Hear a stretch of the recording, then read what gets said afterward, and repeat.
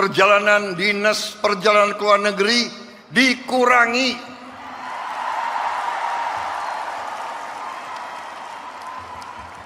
Kau boleh melawan Prabowo, tapi nanti kau lawan emak-emak itu semua itu.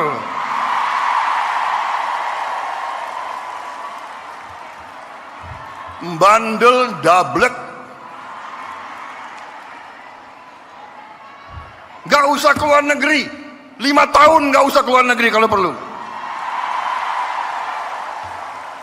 Yang perlu keluar negeri yang tugas keluar negeri, tugas belajar boleh, tugas untuk atas nama negara boleh. Jangan tugas yang dicari-cari untuk jalan-jalan.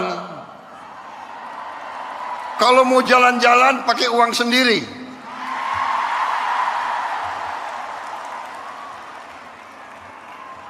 Loh, Presiden Prabowo sering keluar negeri.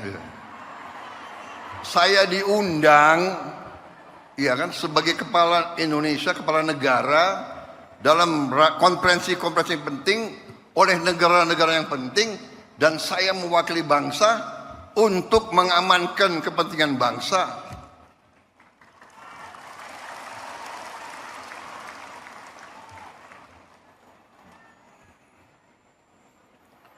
Cukup seminar, cukup kajian-kajian, cukup apa itu FGD, apa itu? Forum Group Discussion. Forum Group Discussion.